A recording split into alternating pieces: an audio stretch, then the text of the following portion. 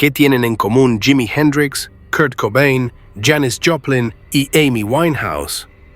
Más allá de ser leyendas de la música, todos comparten un destino trágico. Murieron a la misma edad, los 27 años. Es la coincidencia más escalofriante de la historia del rock, un patrón que ha sido bautizado como el Club de los 27. Se dice que es una maldición, una extraña coincidencia o el inevitable final de un estilo de vida. Pero la verdad es que el Club de los 27 es más que una simple lista. Es un cementerio de leyendas, un recordatorio de cómo el talento y la fama, a veces, llegan con un precio demasiado alto.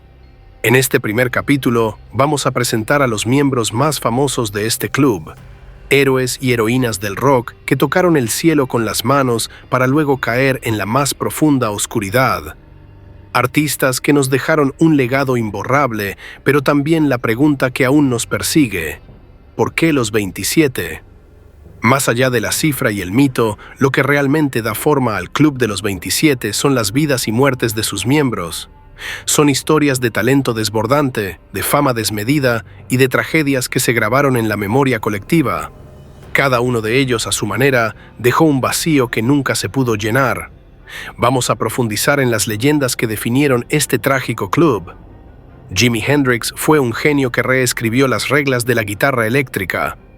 Su forma de tocar era algo nunca antes visto, dominaba el feedback, usaba la palanca de vibrato como si fuera un pincel y hacía que su instrumento pareciera parte de su propio cuerpo.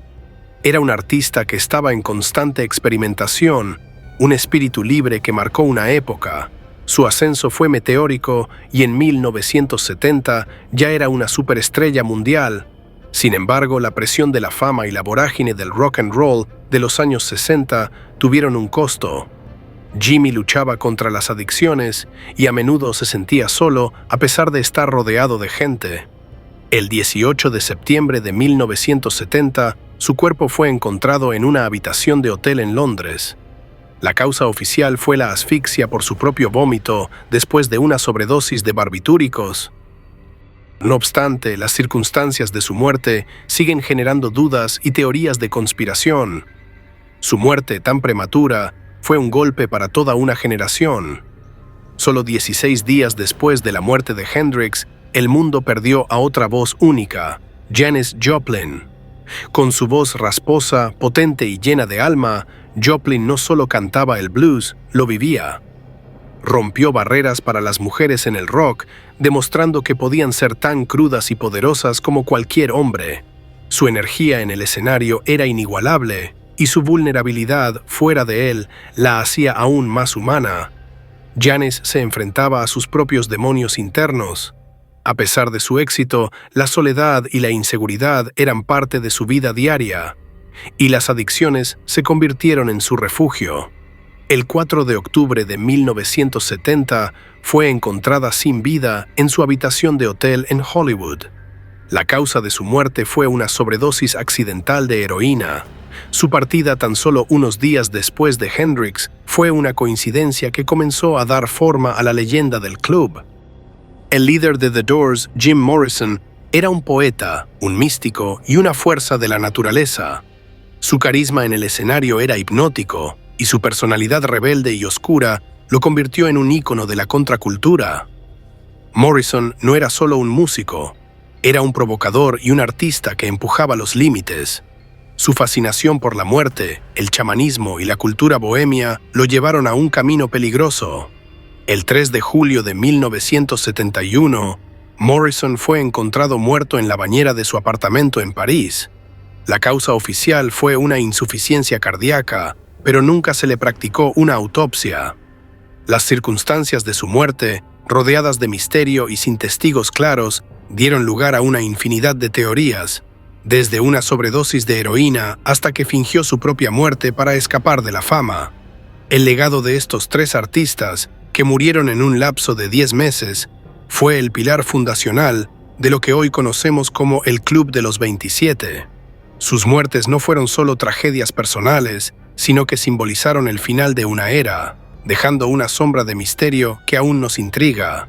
Si el primer capítulo del Club de los 27 se escribió en los años 70, la leyenda se reavivó con fuerza en la década de los 90. Un nuevo icono de una nueva generación se unía a la lista, y con él el mito se cementaba como una parte permanente de la historia de la música. Kurt Cobain no solo era el líder de Nirvana, era la voz de una generación que se sentía alienada y desencantada. Con su música le dio un nombre y un rostro al grunge, un género que se opuso al glamour del rock de los 80. Su éxito fue masivo y abrumador, algo para lo que Cobain nunca se sintió preparado. La fama le pesaba enormemente. Luchó públicamente contra la adicción a la heroína, la depresión y la incesante presión mediática. Sentía que había traicionado los ideales del punk rock que lo habían inspirado, y a menudo expresaba su incomodidad con ser una estrella de rock. El 5 de abril de 1994, su cuerpo fue hallado sin vida en su casa de Seattle. Aunque su muerte fue declarada oficialmente como suicidio por una herida de escopeta, la falta de huellas dactilares y las inconsistencias en la investigación alimentaron las teorías de que fue un asesinato. Para muchos fans, la idea de que su ídolo se quitó la vida era demasiado dolorosa, y la conspiración se convirtió en un consuelo. El Club de los 27 tuvo su último gran miembro en 2011, con la muerte de Amy Winehouse. Su talento era inmenso, una voz poderosa que mezclaba soul, jazz y R&B con una autenticidad cruda y conmovedora. Sus letras eran personales y dolorosamente honestas, y la hicieron una de las artistas más aclamadas de su tiempo. Pero, al igual que los otros miembros del club, la fama y el escrutinio público la consumieron. Su batalla con las adicciones al alcohol y las drogas fue una lucha constante que se jugó ante los ojos de todo el mundo. Su vida personal, caótica y dramática, a menudo eclipsaba su increíble talento musical. El 23 de julio de 2011, Amy fue encontrada muerta en su casa de Londres. La causa de su muerte fue intoxicación etílica.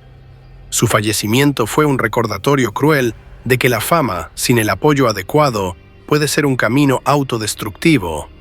Su muerte cerró un capítulo reciente del Club de los 27. Es importante mencionar que la lista del Club de los 27 es más extensa de lo que parece.